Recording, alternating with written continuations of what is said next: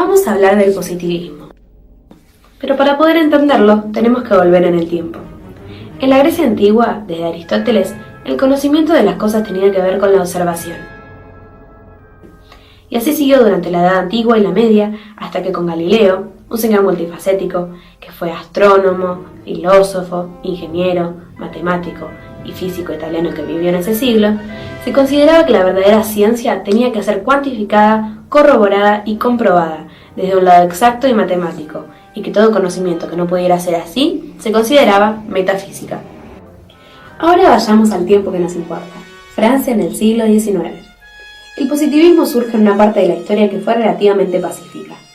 Se desarrolla la industrialización europea, se construían redes viales para unir las ciudades con el campo,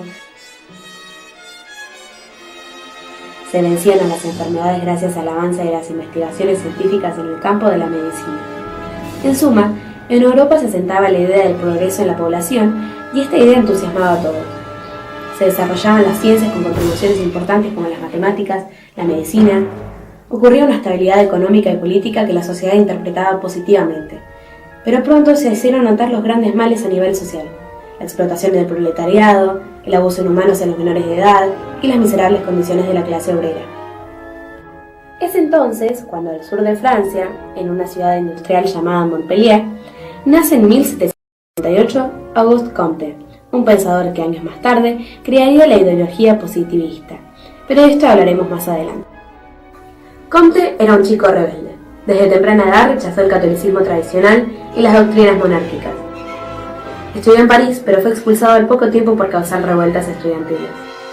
Durante 7 años fue secretario de Saint-Simon, quien había estado interesado en la elaboración de programas para una reorganización de la sociedad de su tiempo, y cuya influencia quedaría reflejada en algunas de sus obras. Y además daba clases gratis de astronomía y escribió una enciclopedia.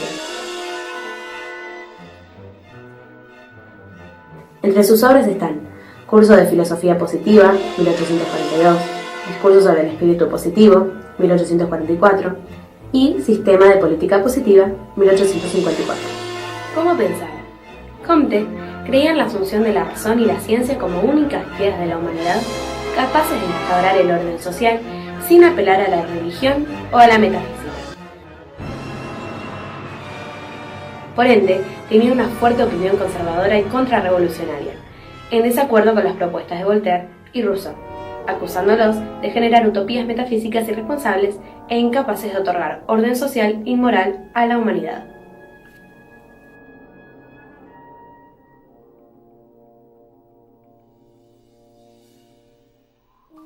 Para él, todas las ciencias formaban una jerarquía. Cada eslabón dependía del anterior de acuerdo a la complejidad de los fenómenos estudiados, por lo que veía la sociología como la última y la más grande de todas las ciencias.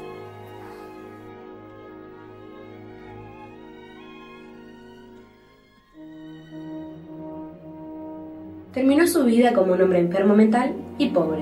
Murió en París en 1857. Nos queda algo sin resolver. ¿Qué era el positivismo? Según la Real Academia Española, el positivismo es un sistema filosófico que admite únicamente el método experimental y rechaza toda noción a priori y todo concepto universal y absoluto, pero en realidad abarca mucho más que eso. El positivismo es una doctrina filosófica, sociológica y política que resalta la importancia de la comprobación científica de los conceptos filosóficos, que el único medio de conocimiento es la experiencia comprobada o verificada, la afirmación positiva de las teorías obtenidas mediante un método científico.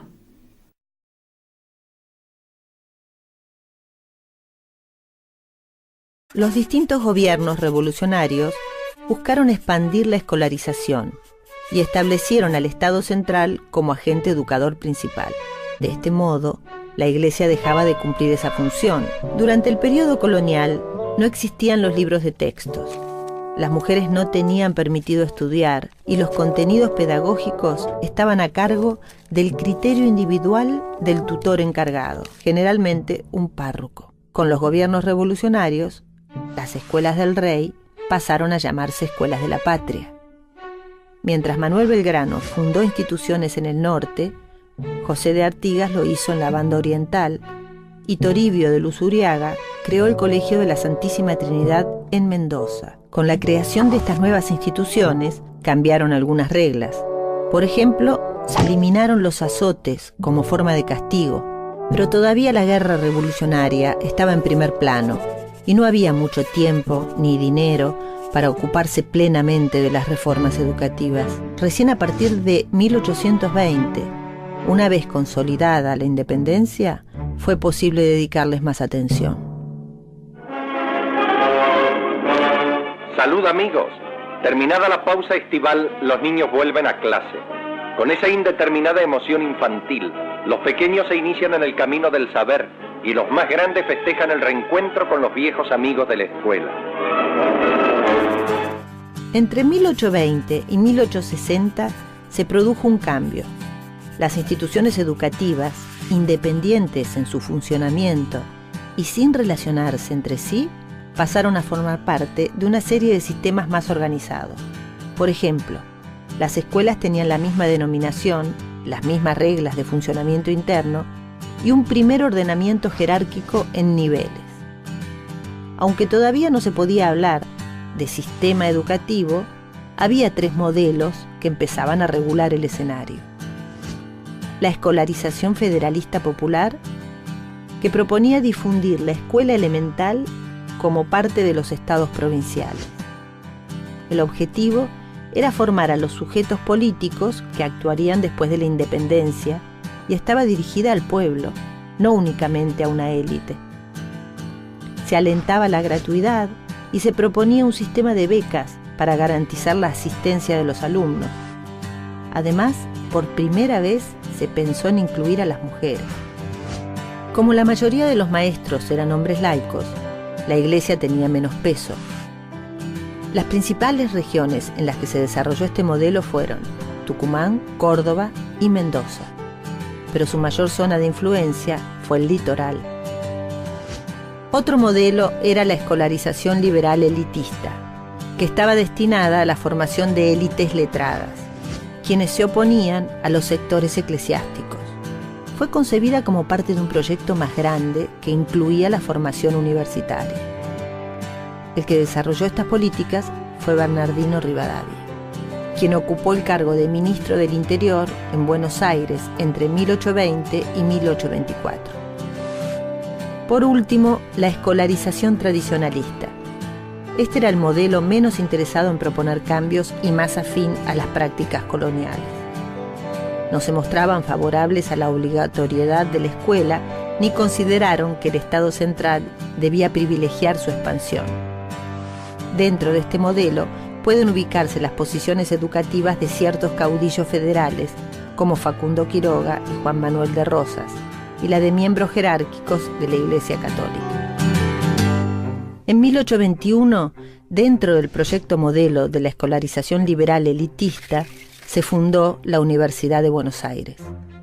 Estaba compuesta por 6 departamentos que abarcaban todos los niveles educativos: el Departamento de Primeras Letras, el Departamento de Estudios Preparatorios y los de Ciencias Exactas, Medicina, Jurisprudencia y Ciencias Sagradas. A ellos se integraron las instituciones de educación superior previa, como las escuelas de matemática y la de dibujo, y se contrataron profesores laicos extranjeros para hacerse cargo de varias cátedras. La organización de la nueva universidad se inspiró en el modelo napoleónico, en oposición al modelo escolástico colonial que seguía imperando en Córdoba. Establecía como su función principal la formación de profesionales. Incluía conocimientos más modernos, como la ciencia experimental y las lenguas vivas, y al limitar el control de la Iglesia, se constituyó en un espacio más abierto al libre pensamiento. En 1823 se fundó el Colegio de Ciencias Morales. Para poder ingresar a esta institución se requería ser mayor de 10 años y haber recibido la enseñanza elemental. Además, se estableció un sistema de becas estatales para alumnos de las provincias. Todos los